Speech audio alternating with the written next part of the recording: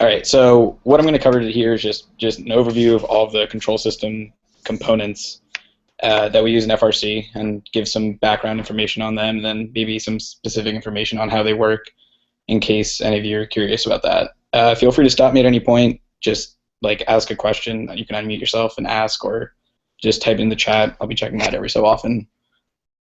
So yeah, let's go ahead and get started. So the overview that we're going to go through first, we're going to start with electrical components. We're going to go to control system components from there. And then I'm going to give a brief overview of sensors. We're going to talk about some special topics. And then I'll have a section dedicated so that you guys can ask any questions in the grand scheme of things. Or if I left anything out that you guys are curious about, I can talk about it there. So to start, how do we power a robot? It's basically a 12-volt lead-acid battery. And you can get 12 volts from pretty much any source. You could take a bunch of AA batteries and hook them together and get 12 volts. The reason we use this lead-acid battery is because we can get 18 amp hours out of it. And the amp hour rating is how much power or how much current you can draw from it at a current in 1 hour setting. So it basically allows you to power a very big robot that can do things very powerfully. If you took a bunch of AA batteries and tried to hook up an FRC motor to it, it would basically burn out instantly. So that's why we use this big bulky battery. And this is also connected to like a big beefy power switch that we use. And it's because all of these motors and all the components that we use draw a lot of current. Some are up near 400 at any given point. So yeah. So where does this power go? It goes straight into the PDP, which stands for the Power Distribution Panel. The main purpose of this is to basically take the power from the battery, divert it to separate circuits that you have. And within the realm of this, you can basically consider one motor its own circuit, because power goes from the battery to the power distribution panel to a speed controller and then to the motor and then routes it back to ground. So they have all those different circuits. I believe you can have 8 high current and 8 low current, and those are in air quotes because high and low are always relative. With the high current ones, we use 40 amp snap action auto resetting breakers. So if at any point current is drawn above, let's say, 50 amps for an extended amount of time, what will happen is it'll break the circuit to protect the electronics, and then after it cools down, it'll re-engage the circuit so that it can keep driving the motor. And there's some other cool features. This also powers the RoboRio and all of the other core electrical or control system components, rather. And it's also pretty smart. There's a lot of embedded sensors in this so that you can track the current that's running through a lot of the core components. So you can see like exactly how much current is being drawn from the whole robot at any given time. Some people have put in a lot of time and effort into doing some good stuff with that. So if you have, say you have a 2-speed drive transmission, some people put together some code to basically auto shift based on the current draw. So if you're accelerating and the current draws dips down a little bit, you can tell that it's ready to go into the higher gear, and then it'll automatically shift into that without having someone like manually control the gears. So that's some pretty cool stuff that you can do with there. So another core component that we use is the VRM, which is a voltage regulator module. It's basically a dedicated breakout voltage. So if we want our own circuit to operate at 12 volts, then we would, or 5 volts rather, then we would use this component. And it's required to use because we have to power our radio from it. Our radio requires 12 volts at, I believe it's 2 amps.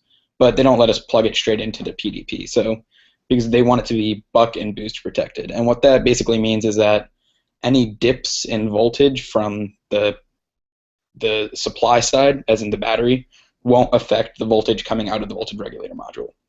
Because what happens is, if you have a large circuit with many components, as they like turn on and off and change how much power they're drawing, the available current in the total circuit will change. But when you have something that's buck and boost protected, it basically makes it so that whatever component you want will always have the rated voltage and current that you require. So that's why if we want our radio to always be on. We don't want it to be like turning on and off every time we try to drive forward. So that's why we have it on this voltage regulator module, so that it's a dedicated circuit. And usually we connect some sensors to this as well, because they operate at 12 volts or 5 volts specifically, and we don't want to, mess with those in any way. So the four options you have like both 12 and 5 volts, and you have both 500 milliamps and 200 milliamp or 200 amp output. Sorry. So I think this is the last thing in the electrical components. This is a solenoid. So what it does is it is basically a gate. It's an electrically controlled gate for air. So what happens is you have air coming in, as you can see in the diagram, supply pressure, and you have basically a little switch. And when you apply current to the little switch, it'll move a gate, and then air will flow through it. So this is how we actuate pneumatics on our robot. We can basically apply a voltage to the solenoid, and our piston will go one way, and then when we apply a different voltage or no voltage, the piston will move the other way. And this is controlled by the pneumatics control module. I didn't show it because it's pretty similar to the voltage regulator module in that it looks the exact same. You just plug in solenoids and control it. So one thing to mention is all of the core components, as in the PDP, the VRM, and the PCM, are connected to the RoboRio and can actually talk to the RoboRio, and they can all communicate with each other over what's called a CAN network. And it's basically the same network that you use in your car, or you might not know that exists in your car, that allows, say, like the window to operate like almost independently of the engine or the radio and other stuff there. So they all have like their individual like sensors and wires, and to connect those all to a central hub would be a ton of wires. So what they designed is a messaging system using only 2 wires, and FRC decided it was pretty cool, so they appropriated it and then use a modified version of it on our control system. And I guess, so the last electrical component, I guess, is speed controllers. So there's many different speed controllers out there, and there have been many in the past. They've gone from numerous Victors, from like 882s, I think, to 883s, to 884s, to 888s, and now there's Victor SPs. There's Talon SRXs, there were Jaguars at some point in the middle, there's the Spark motor controller, the SD540. There's basically a lot of speed controllers out there, but what exactly do they do? So like I said, in between a motor and the power distribution panel, you have this speed controller. And what it does is it applies some voltage between negative 12 volts and positive 12 volts to the motor. And because the power distribution panel supplies positive 12 volts to the speed controller gets smart and then says, okay, I want to apply 6 volts, and then the motor will run at approximately half speed. And a lot of that is dependent on how linear the speed controllers are, and as of late, they've gotten very good at being linear. So when I say I want 6 volts, it'll be extremely close to 50% of what the motor's free speed is. And there's not a lot of differences between the speed controllers. It's mostly comes down to the size, the weight, and like what kind of form factor it's in, with the exception being that the Talon SRX is what I would consider a smart speed controller. It has a lot of like added on features that make it able to do a lot more. So what you can do is you can actually plug sensors into the speed controller itself and have it like almost know its own system. So you can plug, say, like a top limit and a bottom limit into it, and then if it hits the top limit, it knows not to go past it. Or if it hits the bottom limit, it knows that it can only go up and not down. You can also do some cool trajectory stuff that's in the works for next season, but I don't necessarily know if we'll take advantage of all of that. Victor SPs is what we used in 2016, and they've worked very well for us. So another thing to mention is that all speed controllers can go into 2 modes. They can go into coast mode or brake mode. And basically what that is when I'm telling the speed controller to apply 0 volts, should I just disconnect the leads in the sense that like it's not applying any voltage, or should I actively try to power it at 0 volts? And those are different, because When you're in coast mode, if you imagine if the robot's going forward at some given speed and I immediately tell it to go or to stop moving forward and apply like 0 voltage, coast mode will have it coast forward, where the natural friction in the system and the motor will slow it down. Whereas if it were in brake mode, if it's actively applying 0 volts to the motor, then it'll slow down much quicker, almost as if it like you engaged a brake, hence the name.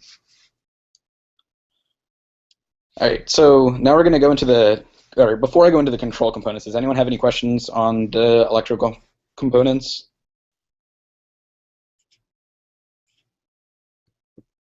Anyone?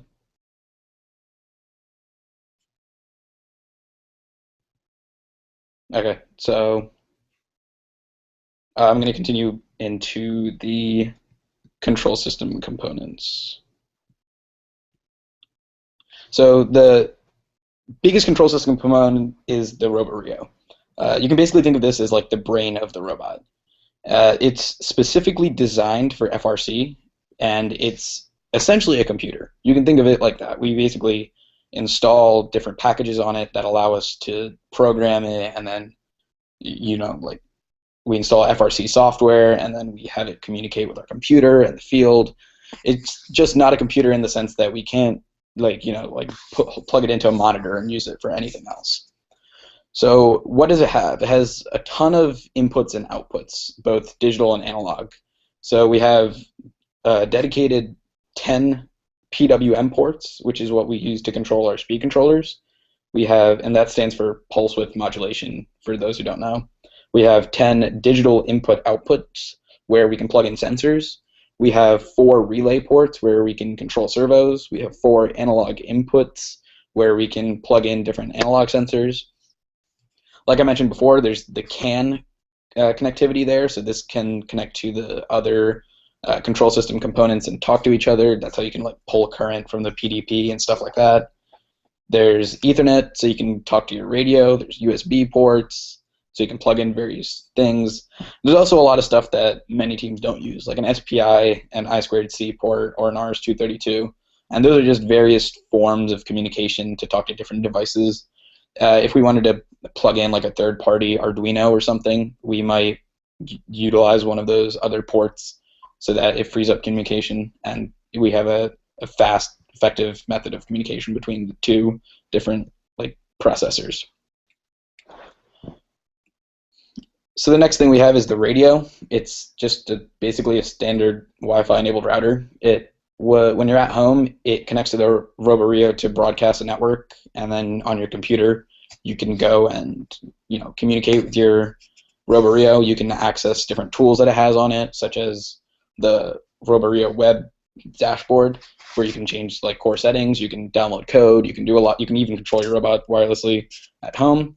And when you're at competition, it communicates with the field. So you disable the wireless part of it, but then you can also just plug in an Ethernet cord and hook up your laptop and then control it that way. But this is basically how you communicate with the robot wirelessly. So, like I mentioned, the driver station is a pretty big part of the control system. Its basic job is to collect inputs from joysticks and gamepads, and the difference there is negligible, or a button board, I guess, as you can see in the picture. And what it does is it sends those over the internet to the robot, whether it's through the field or just through the router directly. And what it can also do is collect outputs from the RoboRio. So if you program your robot to send back values from its code, you can view those on a dashboard that you code on your laptop. Or we use Smart Dashboard, which is basically just a way to host all of those values, and then you can play with them. Like you can turn a value into a graph, so you can graph different like values over time if you care about like the distance and stuff like that. And that's very helpful for diagnostic purposes. If I'm trying to, you know, code an autonomous mode to drive forward exactly 10 feet, then I can see how far the robot thinks it has driven, because I can see exactly what all of my sensors are telling me, and I can see like what state the robot is. And like all diagnostic tools, it's only as useful as you make it to yourself. So the more values or the more information you pass back to the driver station, the more useful it is. And this can also be used to hook up a camera. So one thing I didn't talk about, or didn't mention in here is you can easily hook up a camera to the RoboRio via USB. Like you can just take any regular USB webcam, plug it in, and then with like 1 or 2 lines of code, you can stream that video back to the driver station. And that's something we did during this past season because we thought it helped a lot to get a first-person view in finding different balls around the field. And in years to come, it's possible to stream video back and do vision targeting on the driver station. There's a lot of powerful tools and options that exist and are open source that we can take advantage of if we choose to do so. All right, so before I go into sensors, does anyone have any questions on the control system or electrical parts? No? All right, I'm just going to continue. So now we're going to cover sensors. So basically, in the realm of FRC or in the realm of like programming and electrical, we have two big ideas. We have digital and analog. And the best way to explain this is digital is like a light switch. It's either on or it's off. And we can represent that as directly on or off, or we can call it 0 and 1, or we can call it 0 volts and then VCC, which stands for like the voltage that is in your system. And on the other side of the coin, we have analog, which is a varying value. So the easiest way to think of that is like a faucet. It can be off, or it can be like fully on, but it could also be like somewhere in between, where it's like not like the full stream. You can vary it. And a good way to visualize this is with the two pictures down here. You can see this is digital because it exclusively goes from 0, which is down here, and 1 over here, and instantaneously changes between them. Versus over here you have analog, which can like vary its voltage, and this just shows a sinusoidal waveform. And another thing to mention is normally open versus normally closed. So when we have sensors plug into our control system, we get to choose whether we want them to be normally open or normally closed. And basically what that means is if I plug it in and I don't touch the sensor at all, do I want it to output a 0 or a 1? And this can come in handy, and it kind of plays into design a little bit, because if I know something is normally going to be 0, I might want to have it output 1, because then what happens is, say I have a limit switch at the top of an elevator, right? And it's normally supposed to be giving me 1 back, but if I chop the limit switch off, or if I like mechanically remove it, then it'll output as 0. So I know that something's wrong with the subsystem, because my limit switch tells me that I'm at the top. So that's just something to keep in mind. A lot of the times it's not worth doing that, but if there's a component that is at risk for, being unplugged, then it's a decent idea to make it normally closed. So normally closed means it's normally outputting like 1, and normally open means it's normally outputting 0. The way to think about this is like a switch. If it's normally open, the switch is open and there's nothing connecting the two halves. But if it's normally closed, then it's all connected. So the most basic sensor that we have, and I say sensor in the lightest sense of the term, is a limit switch. So it's a digital sensor. It is either activated or it's not activated. And in the realm of FRC, there's two basic designs. There's mechanical or magnetic. So on the left, we see a magnetic switch, and notice how there's 3 contacts here. So this one is the ground at the bottom, and then you get to choose one or the other to use for when you plug it into the RoboRio. So if you can see here, one of them says NC and one of them says NO. It might be hard to read, but NC basically shows that it's connected to ground, and then if you click the switch, it would disconnect NC and connect it to NO. Or if you were to wire it to NO, it would normally say, okay, I'm off, and then when you click the switch, it would say, okay, I'm on. Over here, we actually have something designed by another FRC team, 971. They're from California, and they released it publicly and basically started like selling this product because they thought it was so useful. and it's a magnetic Hall effect sensor. So what it is it basically detects magnetic fields, and it says 0 if there's no magnetic field nearby and 1 if there is. So what that allows you to do is basically, attach a magnet to something that moves, or not, I guess. And if the magnet moves close enough to the sensor, it'll tell you. It's basically a non-contact limit switch. It's the same functionality without the risk of breaking anything because there's no contact there. It's entirely like non-contact, basically. So that's a good example for a digital sensor. So the classic example for an analog sensor is a gyroscope. So what does a gyroscope do? What does it do? It basically tells you its relative angle from when it turned on. And I say when it turned on because that will get important later. But what it does is it outputs a voltage between 0 and 5 volts relating to like which direction it turned. So normally it'll be 2.5 volts, and then if it's turned full left, as in like 90 degrees to the left, it will output 0 volts, and if it turns 90 degrees to the right from where it was turned on, it'll be 5 volts. And different gyroscopes actually have different like ranges. So that in that example, it would have a 180-degree range of freedom. Some of them, the ones that we use in FRC, have 360 degrees of freedom, so they're a little bit more accurate in terms of like what exact degree you're facing. But what's important to note is a 0. So when I turn the robot on and this sensor gets initialized, it thinks that whatever direction it's facing is 0. And if I were to turn it 90 degrees from there, it would think it's pointing 90 degrees in one direction. So if I point it, say, due north, and then I turn it off and then turn it on facing due west, it would think that due west is 0 degrees. So that's something. Yeah, what's up? This gyro, that example that you have, turning it 90 degrees which way, like around which axis? Okay, yeah, sorry, I should have mentioned that. So different gyroscopes have different specifications. Within the realm of FRC, we use what we call a 2-degree gyroscope. So if that's basically yaw. So if I were to put this gyroscope on a flat surface, and then I rotate the flat surface around the plane that is perpendicular to the flat surface, that is what it's measuring. There do exist 3 degrees. So this actual board says 6 degrees of freedom. That's because it has 3 axes of gyroscope and 3 axes of accelerometer, which is another sensor that you could use to determine like speed. But so the one we use is pretty exclusively for yaw. There do exist sensors that can determine other like degrees of freedom.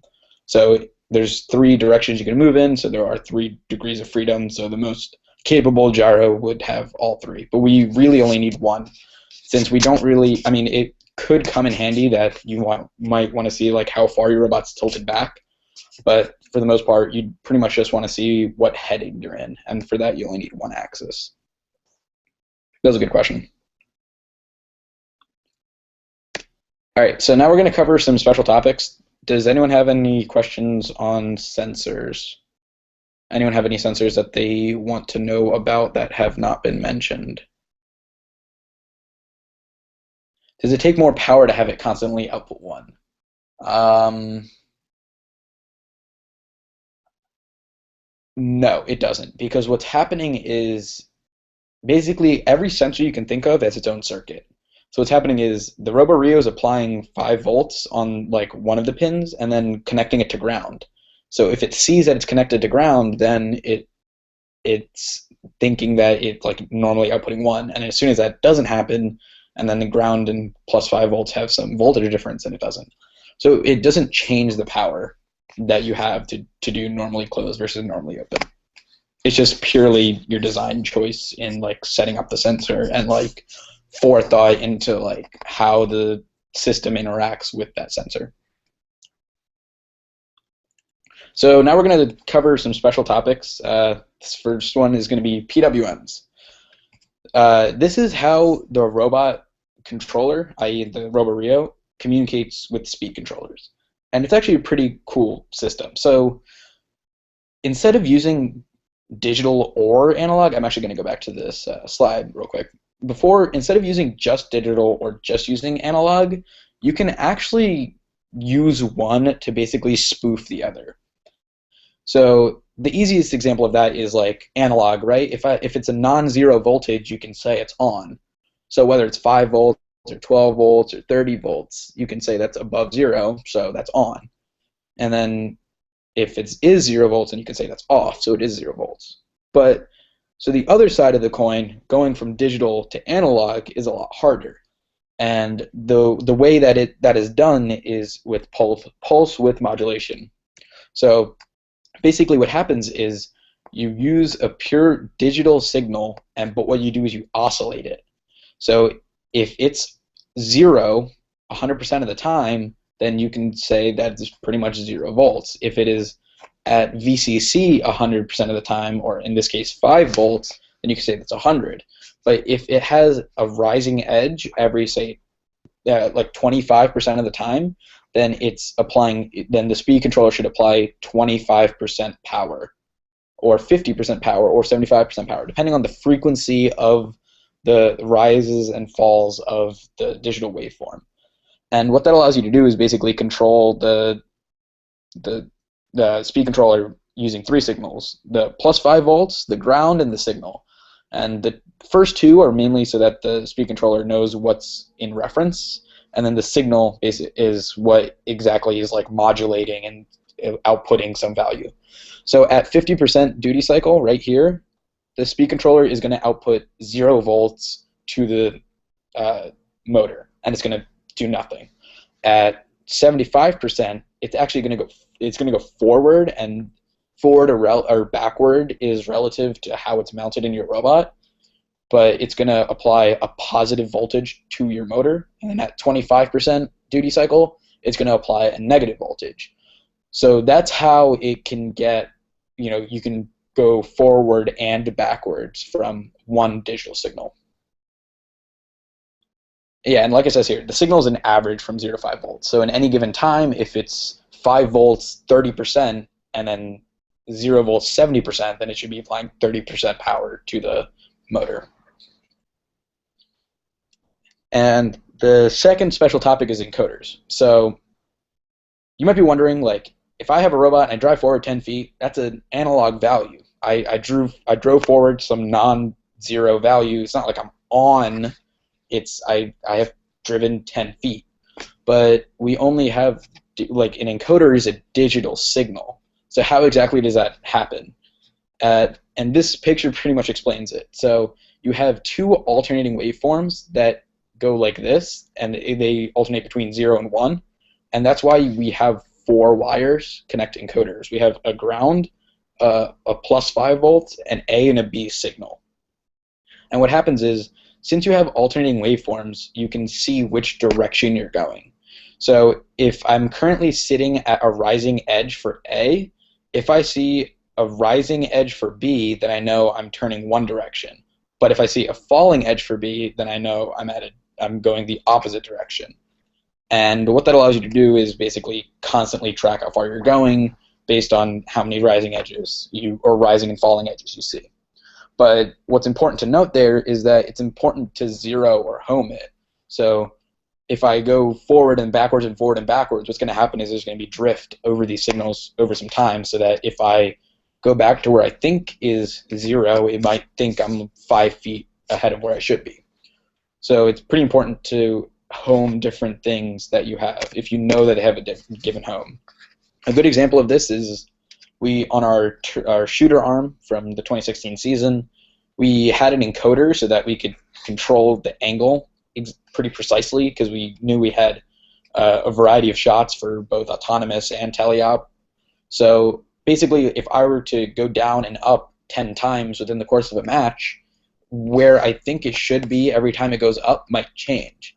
So every time we go down, we decided, let's have it click a limit switch, and every time it clicks that limit switch, it's going to zero the sensor and like refresh it, telling it you are now at 0, this is your home, and then every value from there, it should count again.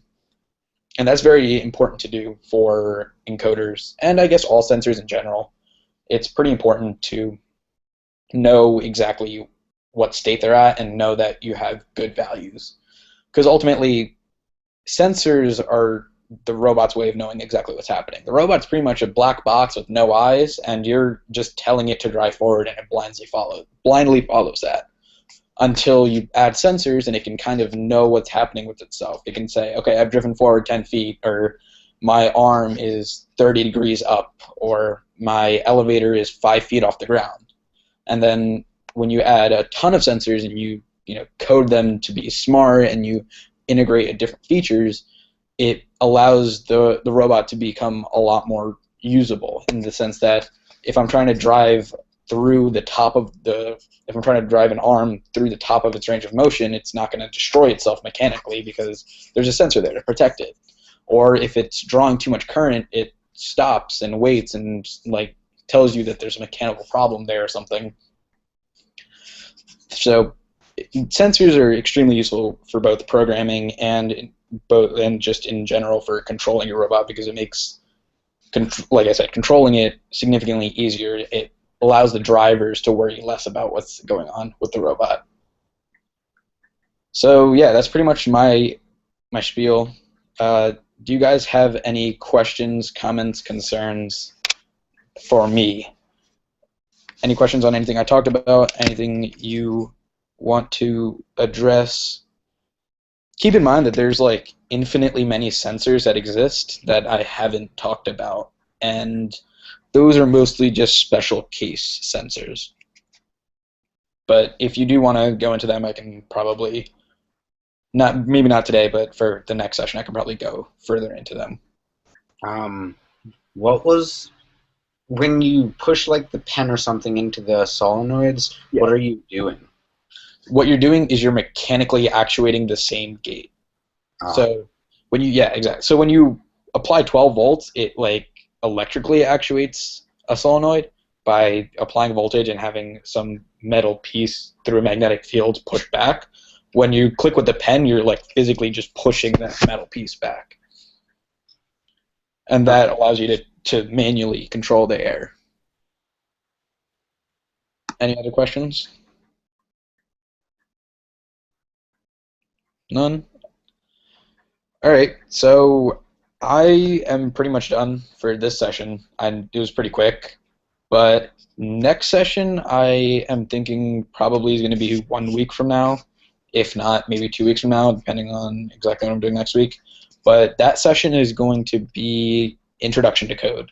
So those of you who have never coded, actually, if you guys are here, go to the Slack and let me know if you've ever coded before and what languages you may or may not have coded in, so that I have a reference for how basic I should prepare that. Because if there's enough of you that have never even written a piece of code before, then I will start with the basics and build up from there. And it'll take a couple of sessions to get to your first robot program. But if that's what needs to be done, then I'd be happy to do that. So let me know exactly how much code experience you have in Slack, and I'll post a message as well to ask the channel to do that. I had a question of what's the main language you usually use in FRC? So FRC, there's 3 officially supported languages and I believe 2 unofficially supported languages. We can code there's libraries to code in Java, LabVIEW, and C++. We code in Java. C++ and Java are pretty similar. There's some minute differences there in how it handles memory management. LabVIEW is a visually based coding. I don't know if you guys have ever seen it, but I personally think it's a lot more complicated to teach. And then the 2 unofficial languages that are supported are Python and C#. But yeah, we use Java just because it's simple. It's what AP Computer Science is taught in, and it seems like it's a very powerful language that we can use.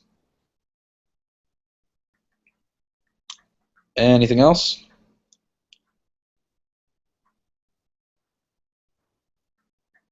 All right, if not, feel free to ask any questions at any time in the Slack channel so that they can foster discussion a little bit better. But yeah, I'll be happy to answer any questions you guys have, whether it's now or during the season or whatever. You just got to ask me. So I'm going to leave it there. Thank you guys for watching. Be on Slack for announcements for the next session Like I said, it'll probably be next week, and based on what you guys say about how much you've coded, it'll probably be an introduction to code. It'll be a couple of sessions before you write your first robot program, but you'll get there soon enough. All right, thanks for coming.